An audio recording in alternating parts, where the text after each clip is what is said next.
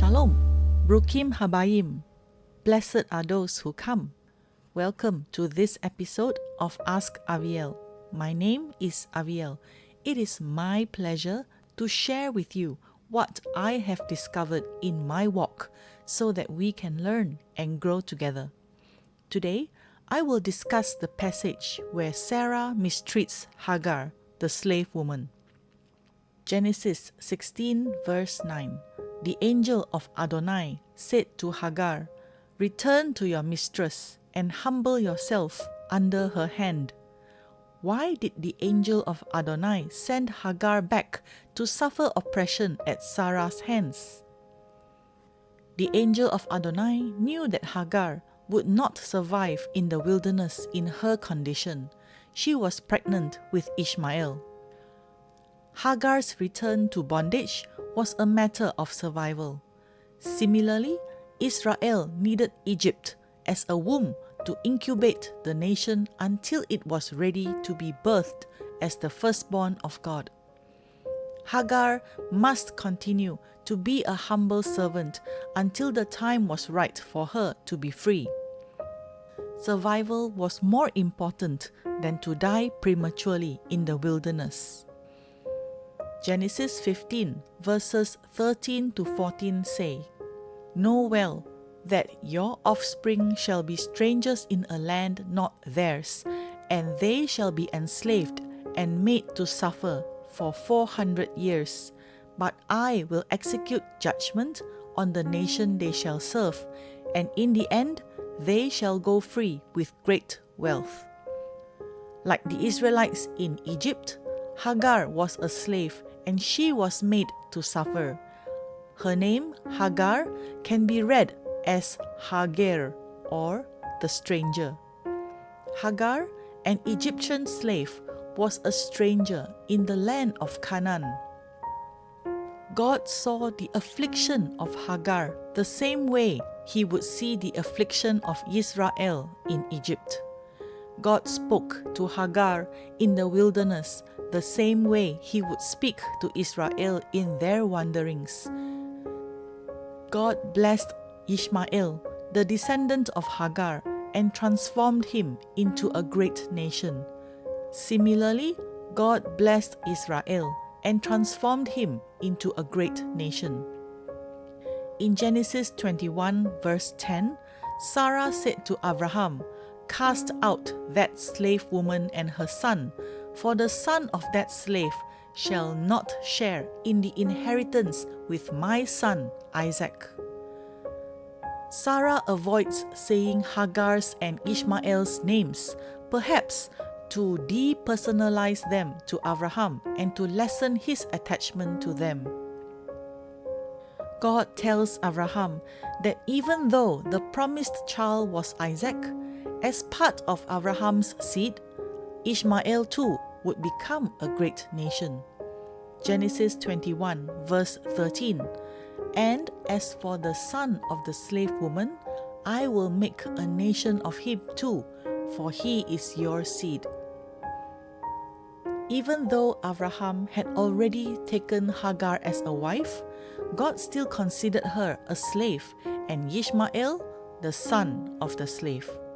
God viewed both Isaac and Ishmael as the seed of Abraham, and each would become a great nation of their own. Abraham had 318 servants, lots of camels, flocks, and cattle. Though he was rich, Abraham gave meager supplies to Hagar and Ishmael.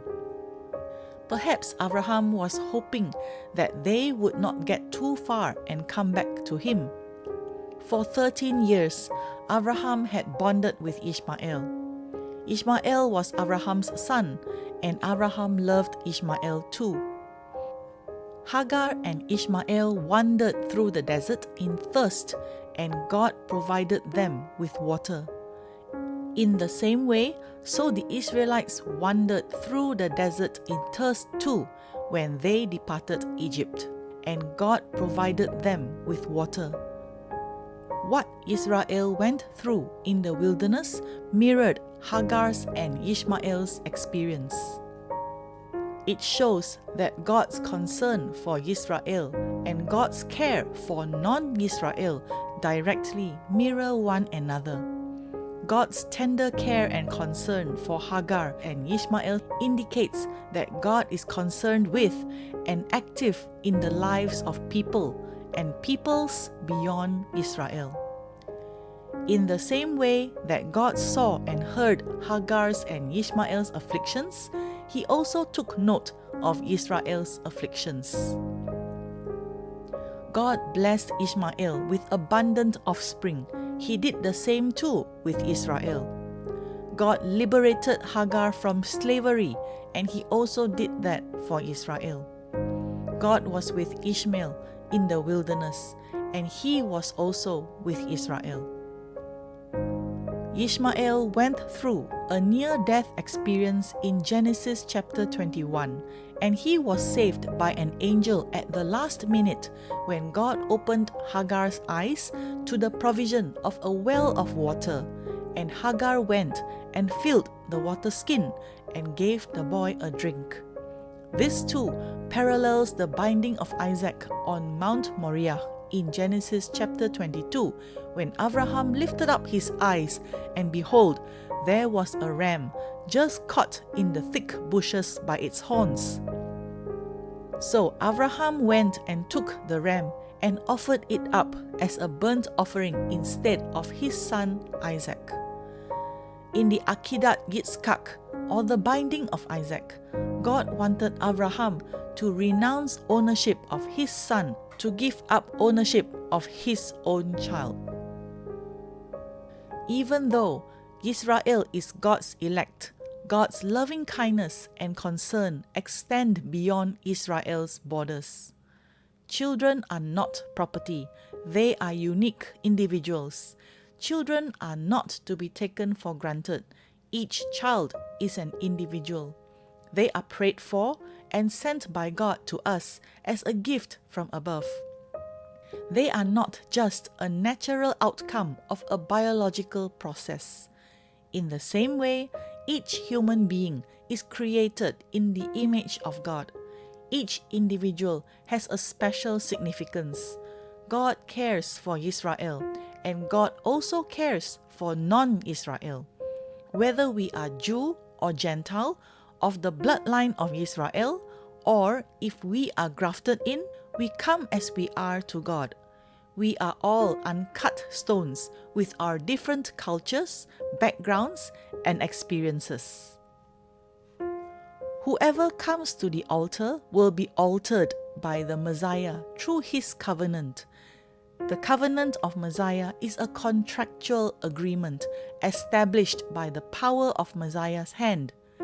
It is not just insurance, but our assurance from Messiah himself about his kingdom. The hand of the promise keeper wraps around us, whom the promise concerns. When we are expectant of the fulfillment of Messiah's promises, He will meet our expectations exceedingly, abundantly, and beyond all that we can ever think or imagine. Let us live in messianic consciousness as we let Messiah live through us. Baruch haba Beshem Adonai. Blessed is he who comes in the name of the Lord. Thank you for joining me. I pray that this message inspires and challenges you. God bless you and your family. Baruch Hashem. Bless God. Shalom and Lahitraot. Until we see each other again.